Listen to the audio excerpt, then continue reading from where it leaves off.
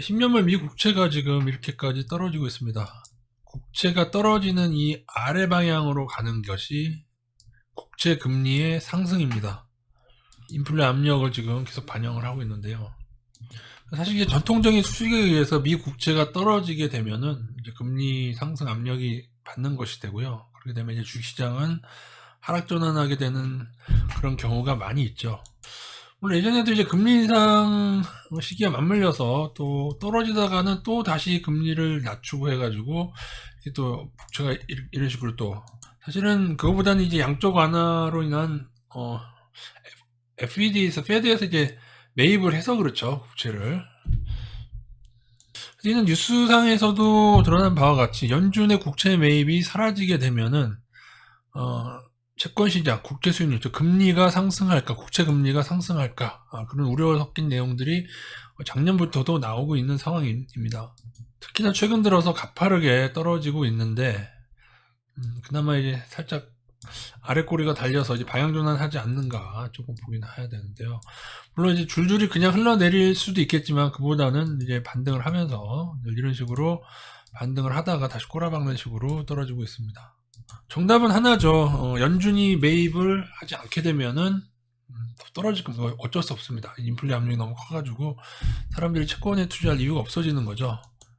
그래서 인플레 이꼬르 주식 상승이라는 수식을 가지고 계신 분이 있는데, 하지만 전통적으로는 이 수식이 그렇지 않습니다. 인플레는 주식 상승이 아니고 인플레는 금리 상승이 오고 주식시장은 약간의 시차를 두고 꺾이는 경우가 사실은 또 많습니다. 물론 뭐 절대적인 수식은 없겠지만요.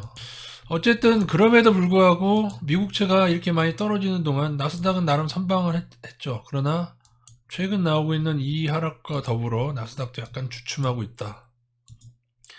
그리고 나스닥이 일봉상 중기 추세를 살짝 이탈한 상태라서 나스닥 인버스가 일부는 지금 요거 회복하지 못하면 일부는 있는 게 맞는 것 같습니다. 제가 볼 때는.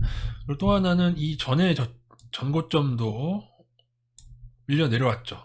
그죠? 여기서도 한번 밀려 내려오고 그 전에 전고점까지 밀려 내려오는 상태라서 나스닥이 물론 늘 이런 지점에서 늘 올라왔으니까요. 그죠? 늘 한 2년여간 이 라인을 지키면서 계속 올라왔는데 한 번 뒤통수 지나고 제가 말씀드렸죠. 지금 살짝 깨고 있기 때문에 조금 조심은 하셔야 될 것 같습니다. 특히 버블은 러셀에 더 크다고 이제 실적 대비해서 얘기하시는 사람도 있는데, 예. 러셀의 버블도 크죠. 러셀 같은 경우에는 이 라인 깨지게 되면은 하방 크게 가져가야죠. 아직은 박스권에서 너무도 긴 기간에 거의 이거는 뭡니까? 1년간 정발세 1년간 러셀 희한하죠.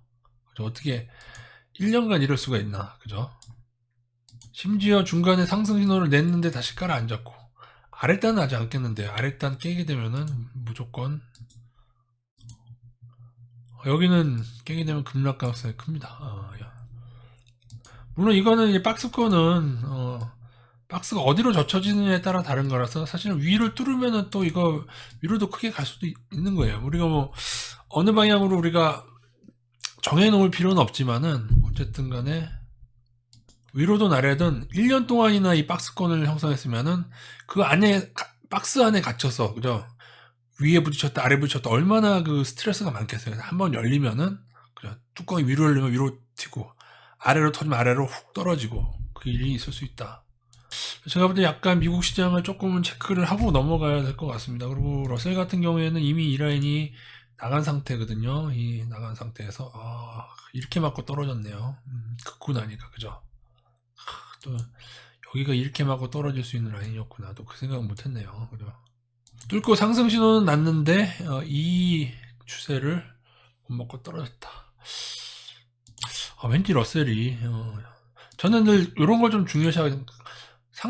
매우 강한 상승 신호가 났는데 왜 떨어졌을까? 왜 못 갔을까를 사실은 저는 자꾸 생각하게 됩니다. 그래서 이번에 이 아랫단 깨게 되면은 조금 조정이 클 수가 있다. 물론 나스닥 경우는 아직 상승 추세가 깨졌다고 하기에는 좀 그렇습니다. 예, 이거는 이제 살짝 이제 위협을 받는 정도로 상승 추세가 깨졌다고 하긴 그렇고 살짝 깨더라도 또 금방 또 감아 올리는 패턴들도 존재하기 때문에 상승 추세가 깨졌다라고 말하기는 어렵지만은 그동안 안 깨던 어떤 지점이 지금 깨지려고 한다 정도로 보시면 되겠습니다. 나스닥은 이번 주에 반드시 좀 올라줘야지, 올라주지 않으면 조금 단기적인 조정이 조금 있을 수 있는 구간이 되겠습니다.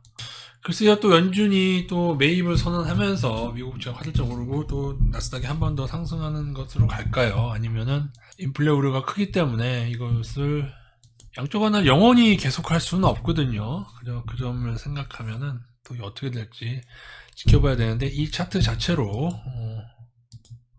사실 좀 두려움을 가져야 되는 차트죠. 되게 중요합니다. 채권인데 사실 거의 모든 것의 근간이 아니겠습니까? 금리라고 하는 것이, 그죠? 이 숱한 기간 동안에 이어져 온 연준의 이 왜곡, 이거 왜곡이죠. 찍어낸 돈으로 국채를 매입하는 경우가 어디 있습니까? 그죠? 이 왜곡이 언제 끝나게 될지 지켜봐야 할 것 같습니다. 이 모든 것이 사실은 인플레가 얼마나 심화되느냐에 따라서 결정될 것 같습니다. 이상입니다.